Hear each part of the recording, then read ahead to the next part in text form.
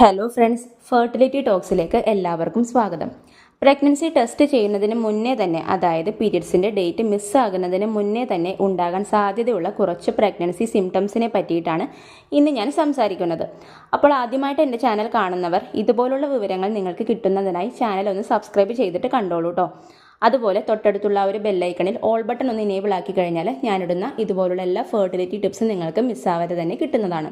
നമുക്ക് സ്റ്റാർട്ട് ചെയ്യാം. പ്രഗ്നൻസി ലക്ഷണങ്ങൾ നിങ്ങളുടെ ശരീരത്തിൽ സ്റ്റാർട്ട് ചെയ്യുന്നത് പ്രഗ്നൻസി ഹോർമോണായ ബീറ്റ-HCG ഹോർമോണിൻ്റെ പ്രവർത്തനങ്ങൾ ശരീരത്തിൽ പ്രൊഡ്യൂസ് ചെയ്യാൻ തുടങ്ങുമ്പോഴാണ്.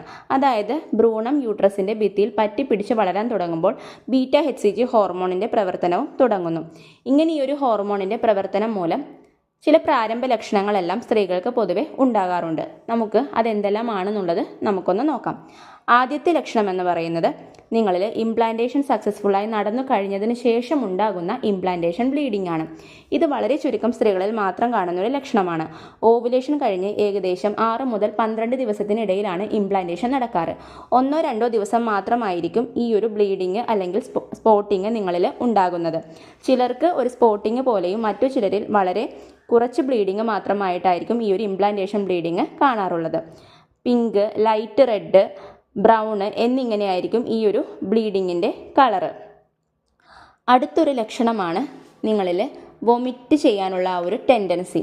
ചില ഭക്ഷണങ്ങളുടെ സ്മെല്ലടിക്കുമ്പോൾ തന്നെ വൊമിറ്റ് ചെയ്യാൻ തോന്നുന്നത് ഈ ഒരു ഗർഭം നിങ്ങളിൽ പിടിച്ചതിൻ്റെ ഒരു ലക്ഷണമാണ്. അടുത്തൊരു ലക്ഷണമാണ് അമിതമായിട്ടുള്ള ക്ഷീണം. നിങ്ങൾക്ക് എപ്പോഴും കിടക്കണം അല്ലെങ്കിൽ വിശ്രമിക്കണം എന്നുള്ളൊരു തോന്നൽ നിങ്ങളിൽ ഉണ്ടാകുന്നു.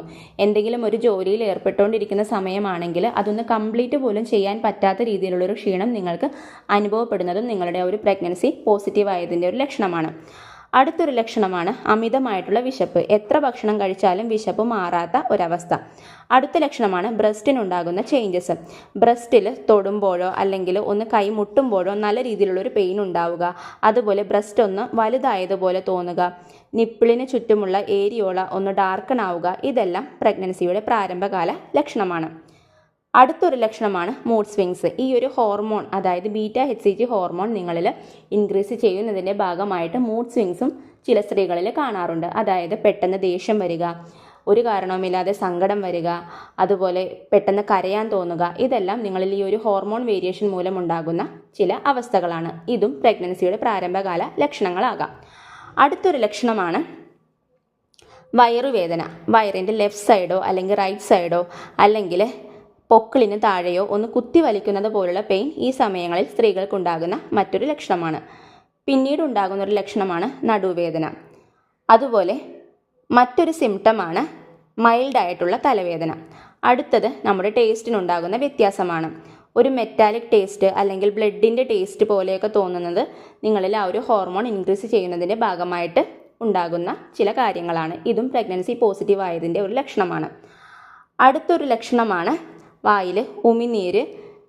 എപ്പോഴും ഇങ്ങനെ തുപ്പാൻ പാകത്തിനുള്ള ഉമിനീര് നിങ്ങളിൽ ഉണ്ടാകുന്നത് നിങ്ങളിൽ പോസിറ്റീവ് ആയതിൻ്റെ അതായത് പ്രഗ്നൻസി പോസിറ്റീവ് ആയതിൻ്റെ ഒരു ലക്ഷണമാണ്.